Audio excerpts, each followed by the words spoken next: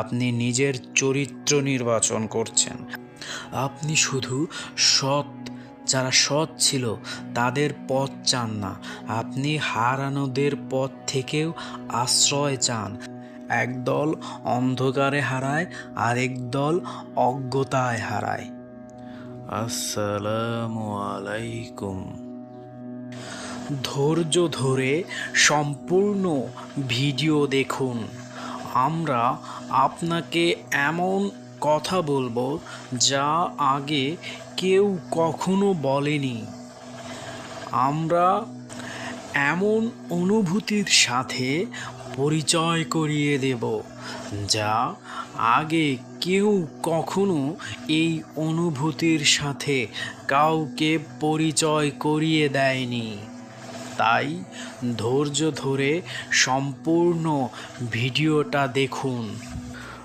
যদি ধৈর্য ধরে পুরোটা ভিডিও দেখেন, ইনশাআল্লাহ আপনার ঈমান শক্ত হবে। আপনি যখন বলেন সিরাতাল্লাযীনা আনআমতা আলাইহিম, আপনি শুধু পথ চান না, আপনি মানুষ চান। আপনি বলছেন, হে আল্লাহ, আমাকে সেই লোকদের দলে রাখো যাদের উপর তুমি অনুগ্রহ করেছ। এই মানুষ আসলে কারা? নবী, সিদ্দিক, শহীদ এবং সৎকর্মশীল। কিন্তু শুধু ইতিহাসের মানুষ না, এরা চরিত্রের মানুষ। সত্যবাদী, ধৈর্যশীল, আল্লাহ ভীরু। আপনি যখন এই আয়াত পড়েন, আপনি নিজের চরিত্র নির্বাচন করছেন। আপনি শুধু যারা সৎ ছিল তাদের পথ চান না, আপনি হারানোদের পথ থেকেও আশ্রয় চান।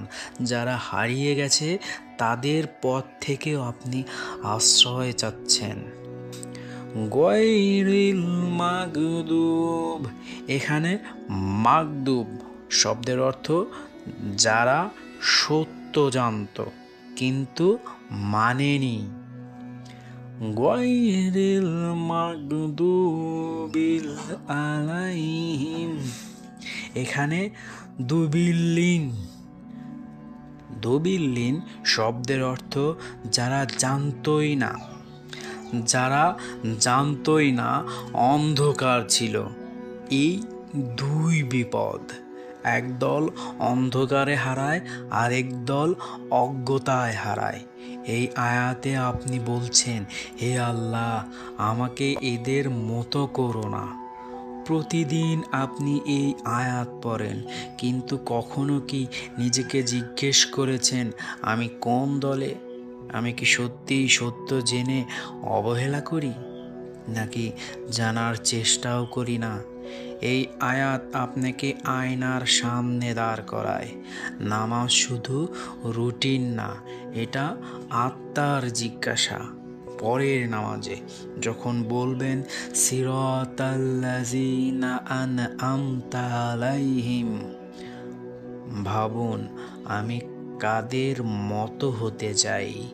আর যখন বলবেন গায়রিল মাগদুবি আলাইহিম ওয়ালাদ্দাল্লিন, বলবেন হে আল্লাহ, আমাকে বাঁচাও। যদি এই আয়াত অনুভব করে পড়েন, নামাজ শুধু শেষ হবে না, আর নামাজ আপনাকে বদলে দেবে। সাবস্ক্রাইব করুন হাকিকতের আলো, শেয়ার করুন যেন সত্যের আলো বহুদূর পৌঁছায়।